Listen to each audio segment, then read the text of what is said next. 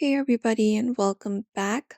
Today we are fixing the Facebook videos not loading on our device.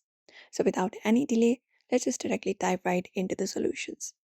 So go to your settings for that, and the first thing we can do is make sure that our Wi-Fi or the mobile data is working correctly. So go to connection sections for that and tap on it. And within here, look out for the Wi-Fi or the mobile data that you're connected. You can try disconnecting and reconnecting to your Wi-Fi or switching between the Wi-Fi and mobile data, as a slow connection can be fixed by restarting your router.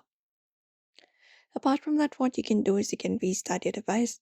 So you can hold the power button for that and look out for the restart option on your screen and confirm it up. And once you do so, that should often resolve the temporary glitches. Also, what you can do is you can head to your Facebook application first. And then once you access your Facebook application, you can look out for the menu option at the top and select it. And then you may log out of your Facebook and sign in back in. So look out for the log out option and tap on it. And again, go to the main sign in page and sign in into your Facebook application once again. Also clear the cache and data. So you can hold the Facebook application for that and go to the info section at the top and select it. And once you do so, you may scroll down, look out for the storage section and tap on it. And once you do so, look out for the clear cache option and also clear the data. That should fix the issue. Apart from that, you may also update the application Play Store or App Store.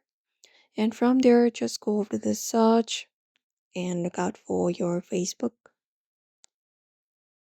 And once you find Facebook, you may just go over and look out for the update if there is any kind of update available for the Facebook application.